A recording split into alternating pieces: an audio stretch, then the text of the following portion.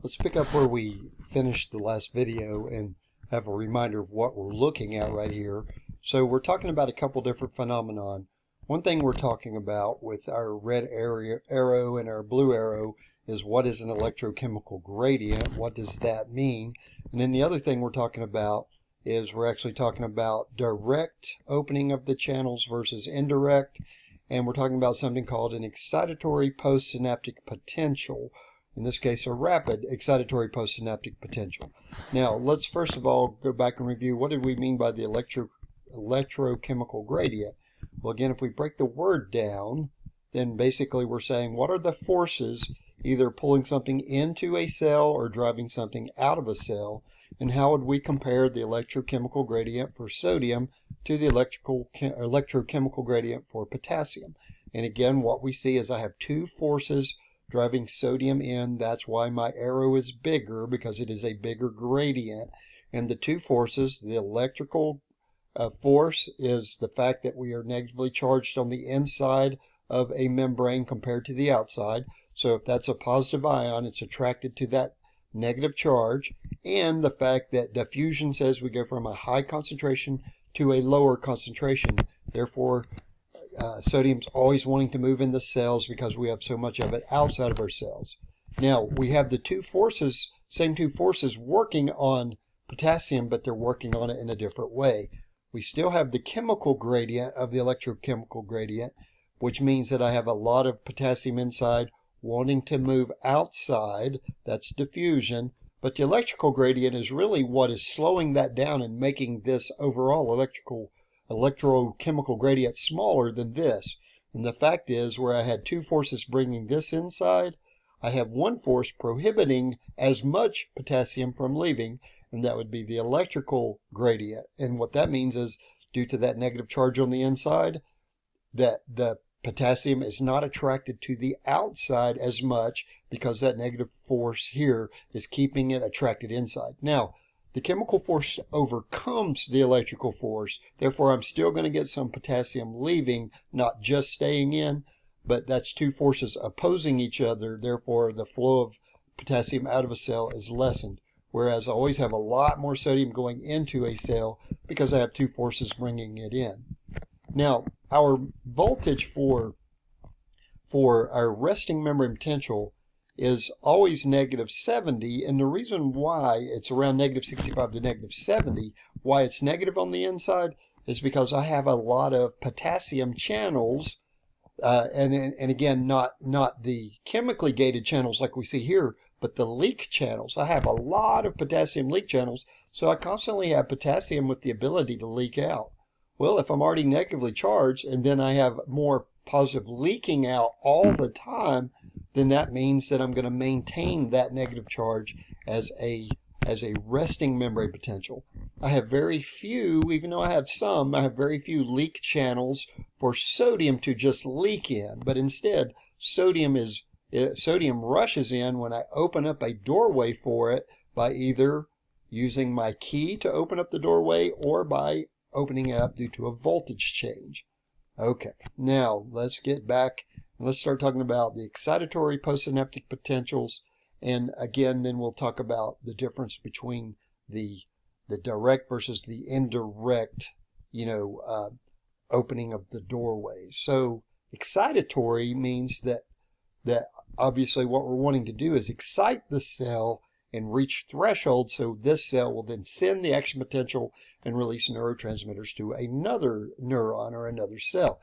Okay, so what would excite this? Well, what would excite it is positive ions coming into the cell. What would inhibit that from happening, what we will call an EPSP, is where we're actually having positive ions leave the cell, more positive ions leaving the cell than positive ions coming in, or opening up doorways that allow negative ions to come in, because then we wouldn't be able to reach our threshold. Now, looking at this picture, this being my key, my acetylcholine, this being a chemically gated channel, now it means that I can have a lot of sodium actually moving through this. That electrochemical gradient is going to bring it through. Well, if it does start bringing it through, and here's my channel, here's my key getting ready to open up that channel, which means now I'm going to have sodium able to move in this direction. So what's going to happen to my charge on the inside if I have a bunch of sodium starting to move in? Well, the more sodium that actually moves in, then now I can actually start changing my voltage on the inside. I can take it from that negative 65 to 70 millivolts, and now I can start moving it in a positive direction because I have positive ions coming in. Now, so my voltage changes in small increments because it's only going to change where the ions are literally coming through the doorways, and now I could measure that again, and it would have a different voltage. It would have a more positive voltage than it did when we started out at our resting membrane potential. Well, when we were changing that from a negative to a positive, we called that depolarization. We depolarized that area. Okay, now that depolarization, there is a certain voltage amount that once we depolarize it to that specific voltage amount is called threshold. And once threshold is reached at the axon hillock, where we have our first voltage gates, then we can then open up our voltage channels, and that's what causes our action potential to be generated. Well, what if we don't want the action potential to be generated? Well, then we want to have an inhibitory postsynaptic potential. In other words, we want to inhibit that charge from reaching threshold. And since it started out at negative 70, threshold is usually around negative 40 and it's you'll see different numbers, so we're not going to get caught up in the numbers on that, but it is a more positive number than the resting membrane potential.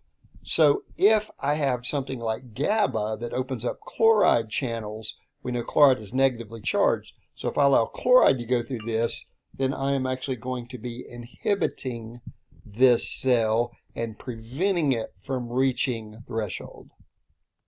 So here we see GABA attaching to this specific, a chemically gated channel.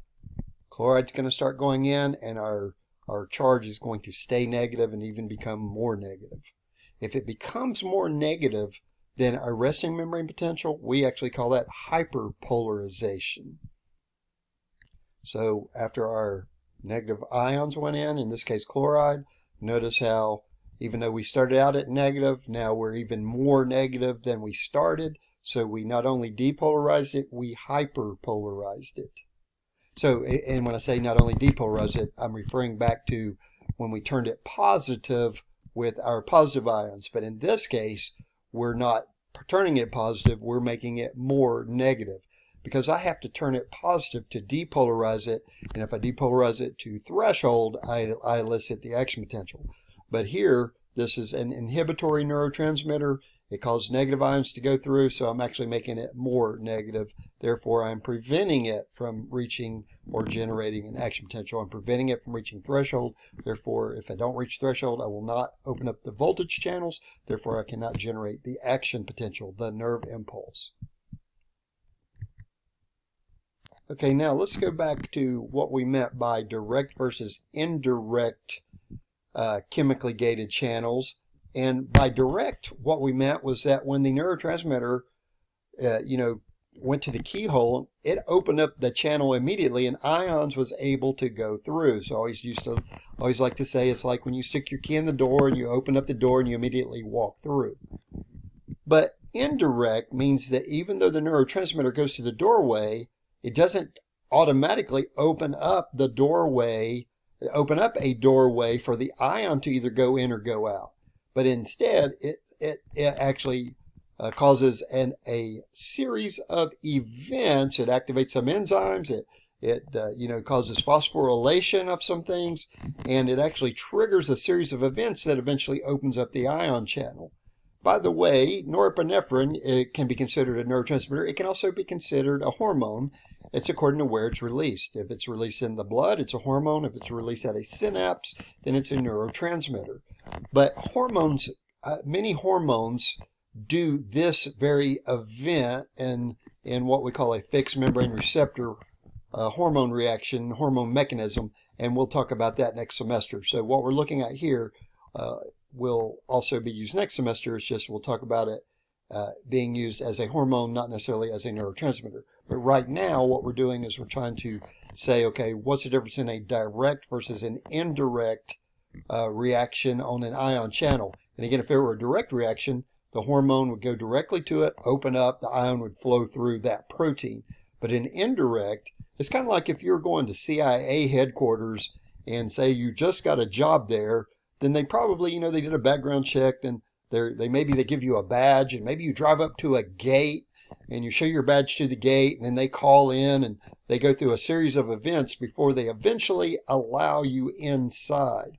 Okay, so again, it's a series of steps before the ion channel opens to allow either the ions to flow in or flow out. Now, in the situation, the example they show here, I believe they're going to actually show how they're going to close this gate to prevent ions from moving out. Therefore, anytime I mess with ions moving out or moving in, I'm going to mess with the voltage inside. So let's watch a quick example of what this would look like. Some neurotransmitters bind to receptors that are separate from ion channels. This process most often leads to production of intracellular second messengers, which ultimately alter ion channels. Such neurotransmitters are said to act indirectly. Drag the neurotransmitter norepinephrine to the binding site on the receptor to observe its indirect action. The receptor is coupled to the ion channel by a G protein. At rest, guanosine diphosphate, or GDP, is bound to the G protein. When norepinephrine binds to the receptor, the G protein is activated, releases GDP, and binds guanosine triphosphate, or GTP. GTP is a high-energy molecule. Part of the activated G protein travels along the membrane and activates an enzyme, which induces production of a second messenger.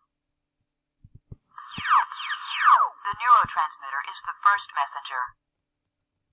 The second messenger activates an intracellular enzyme, which phosphorylates a potassium ion channel and closes it.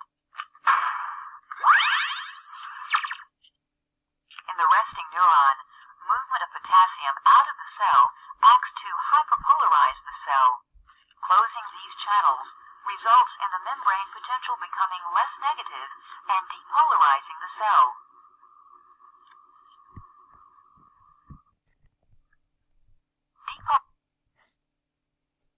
Okay. Depolarization of the cell by the indirect method is time-consuming. The resulting synaptic potential is slow in onset and long in duration. Besides excitation, indirectly acting neurotransmitters can also produce slow inhibition. Okay, so again, we see there's a difference between directly being able to open up a channel versus this method, which is an indirect, and in this case, it closed the channel. But there are some neurotransmitter situations where it would open channels. But again, our ultimate goal here was to change the polarization of the cell. Okay. Now, so again, are we trying to, inhibit the cell? Are we trying to excite the cell? We're trying to get it to release its neurotransmitter or not. So there are many different methods. So glutamate and GABA act directly, but they can also act indirectly depending on what receptor they go to. And that's a real important point. The same neurotransmitter can do different activities in the cells according to what the receptor is. So norepinephrine can be excitatory in some cells and inhibitory in other cells. The neurotransmitter doesn't change, but the receptor can change, which is really important you get that concept. So again, neurotransmitter acetylcholine, glutamate, GABA, serotonin can act indirectly as well as directly. Now, if they act directly, then they open up that doorway and our ions go directly in. If they act indirectly, they cause this cascade of events that eventually opens or closes a doorway. But some things only act directly, some things only act indirectly. Okay, catecholamines, which are norepinephrine and epinephrine, which make up adrenaline, and dopamine, they all are derived from a single amino acid, but these only act indirectly, and these are both neurotransmitters and hormones, but they only act indirectly, in other words, to this cascade of events that we see in this example.